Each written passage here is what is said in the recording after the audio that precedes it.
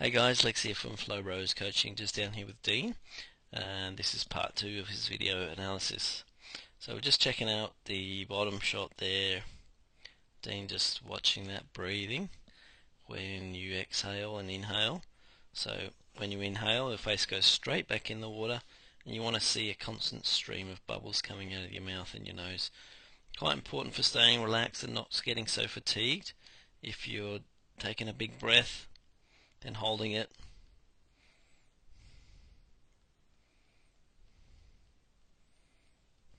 then dumping, then big breath, then holding, then dumping, then holding. Okay, so if it's a smooth inhale, exhale, definitely don't get so tired. It's a bit more like a run or a bike. It's a little bit slower, so it's just a breath. So we use a mantra like bubble, bubble, breathe is the swim smooth mantra, which is very useful for all levels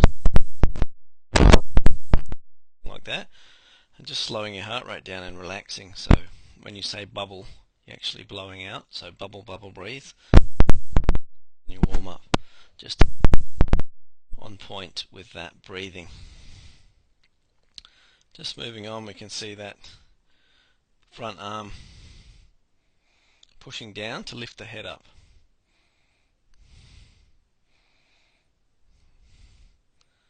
So big push down. Still pushing down really. And it's really only the back end of that stroke that you're getting any forward movement. So from there to there, there's only a small portion. Oh, you get the back end there as well. So you're really missing out on the front end, and that power that you've got, you're not utilizing. So you want to try and get your fingertips down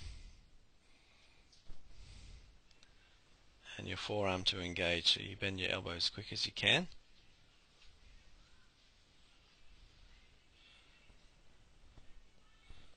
So we're just looking at the top shot there. So that upper arm wants to be further out to the side. You want that kind of an angle on your shoulders as soon as you can get into that position as well.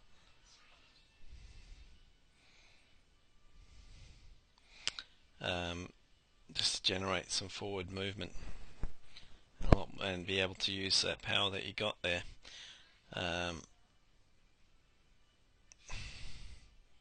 So your eyes are looking down, which is great. That's going to lift your legs up and improve your general body position in the water. So you sort of had quite sinky legs to begin with. When you start to engage that catch a little better, you'll find that improves again, and you'll probably get a bit more speed going. So you can see your legs in the background in that top shot, really far down.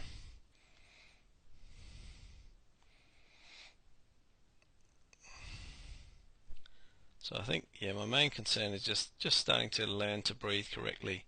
Inhale and a steady dump would be number one. There's obviously a number of things there that we need to fix. I think if we can get the head position going and breathing going up there as the top three, and then we need to start working on this catch. So we want the hand to come straight out in front and not cut across the front of the head. So from our shoulder, just straight out in front of the shoulder, and then pull from our shoulder down to our hip.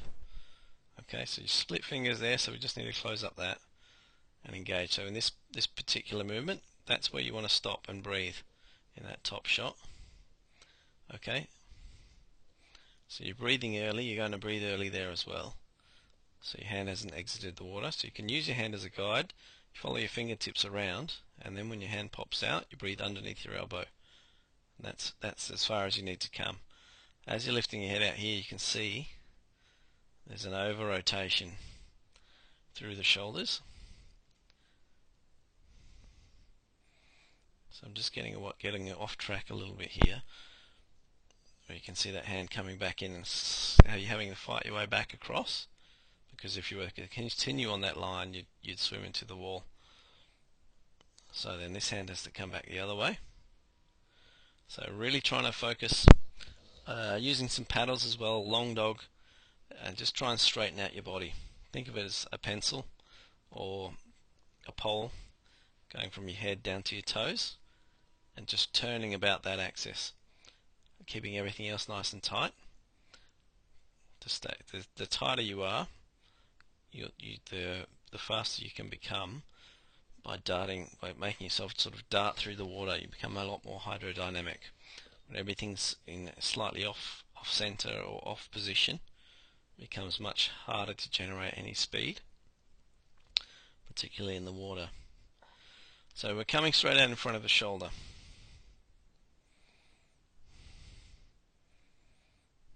And as I said, I've got dodgy camera work on this one.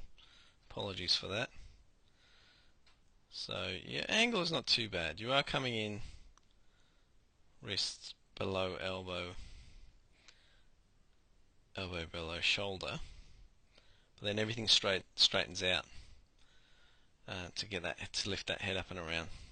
So this is about the best one that you've got here, the best catch in this bottom shot. So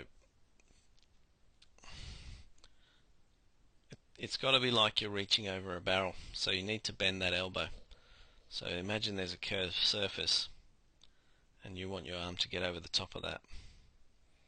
So you can see your elbow's breaking here. So you want to try and lift that elbow up. Let's look in the top shot. So very, very straight.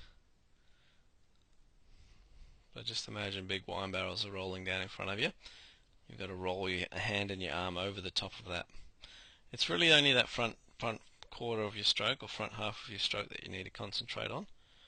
The back part is fine. So things like sculling drills, long dog, even pull paddles, just really trying to bend that elbow, increase your flexibility. You can see in that top shot there, your upper arm is right underneath you. So really you're having to use all your shoulder there rather than your back and your lats. And it's quite a poor position to generate power. And you've also got this little gear shift. So what you want to concentrate on is straight out in front and then straight down to your hip. Okay, so engaging that elbow first and then pulling through. So I think that gives you plenty to work on. I think you'll improve quickly. Don't be disheartened by the video or the comments. Attack the top 3. We'll have a look at you in another month and see what sort of improvements you can make.